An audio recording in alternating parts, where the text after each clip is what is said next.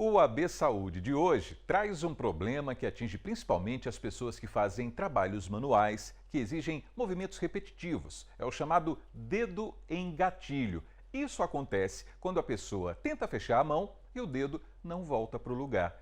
Então, para falar sobre o que provoca esse problema, quais são os sintomas e os tipos de tratamento, a gente convidou o Dr. Felipe Lessa, que vai conversar com a gente agora ao vivo via internet. Doutor, seja muito bem-vindo, uma boa tarde e explique para a gente detalhadamente o que é isso que a gente popularmente chama de dedo em gatilho. Boa tarde, Almir. Boa tarde a todos. Então, Almir, o dedo em gatilho, né? Por mais estranho que pareça o nome, foi bem exemplificado por você, é quando a gente tenta fechar a mão, quando a gente tenta abrir novamente, a mão fica engatilhada, o dedo fica preso. Isso acontece por conta de uma inflamação que acontece nessa região da mão, na prega distal da mão. Nessa região, o tendão que fecha nossos dedos, ele passa por dentro de um túnel que a gente chama de túnel osteofibroso.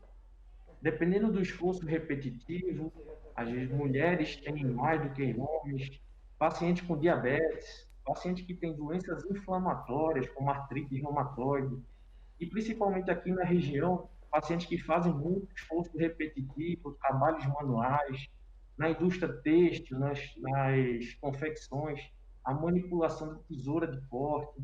Então, os microtraumas que acontecem também nessa região, então o fato de você torcer pano, fazer esse movimento, né, de flexo e extensão dos dedos de uma forma repetitiva, digitadores, faz com que ou o túnel onde o tendão passa, ele engrosse, ou o tendão engrosse. Então, o movimento de flexão, ele se dá quando o paciente vai tentar estender o dedo, ocorre o travamento. Então, o dedo em Perfeito. gatilho, ele faz parte do rol das tendinopatias de mão e de punho. Então, é uma doença de esforço repetitivo, tá certo? Perfeito, doutor, Normal. perfeito. Então, desculpe até interrompê-lo, doutor, só para a gente aproveitar melhor esse tempo aqui. Aproveito para perguntar a respeito dos sintomas, por exemplo. Acontece de repente, né? Tem todo esse esforço repetitivo, aí de repente o dedo fica assim, travado, ou ele já apresenta algum sintoma, o corpo avisa. Isso. A doença ela é uma doença evolutiva. A gente classifica esse dedo em gatilho em 4 estágios. O primeiro estágio é um estágio de pré-gatilho. O dedo ele não fica travado ainda. Acontece uma dor nessa região que eu falei, na região distal da mão, né? E todo o dedo. Então, o paciente às vezes sente o dedo mais inchado, uma dor, o dedo um pouco mais vermelho. No segundo estágio, o dedo ele começa a fazer um travamento aleatório. Às vezes trava, às vezes não trava. O destravamento acontece de forma fácil. O terceiro estágio, o dedo fecha, trava e o paciente tem que ir com a outra mão para ajudar. E o quarto e último estágio, o dedo nem consegue mais fechar. O travamento, o edema está tão grande que o tendão ele não consegue mais deslizar por dentro desse túnel. Então, o paciente ele consegue sentir essa progressão da doença, tá certo?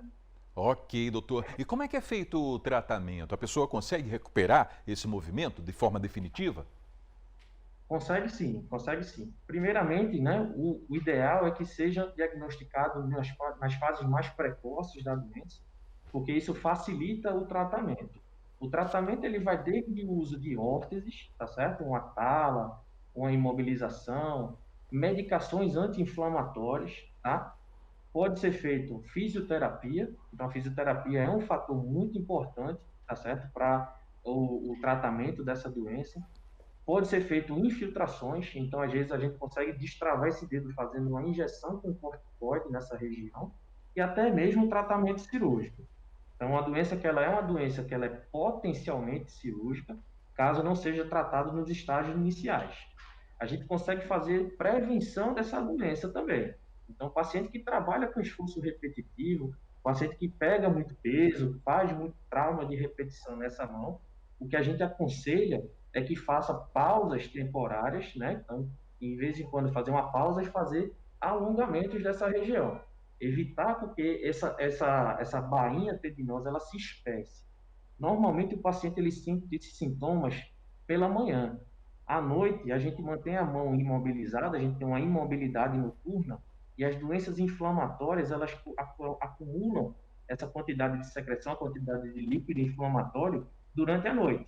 Então, o paciente ele acorda com aquela sensação de que a mão está grossa, que o dedo está grosso, está rígido, e durante o dia ele vai começando a soltar essa mão. Ok. E aí é quando vai surgir os travamentos e o diagnóstico clínico, né, que a gente diz. Ok, doutor Luiz Felipe, quero agradecer imensamente a sua participação com essas orientações importantes também aqui no AB Saúde de hoje. Uma boa tarde, muito obrigado e até a próxima. Boa tarde, eu agradeço.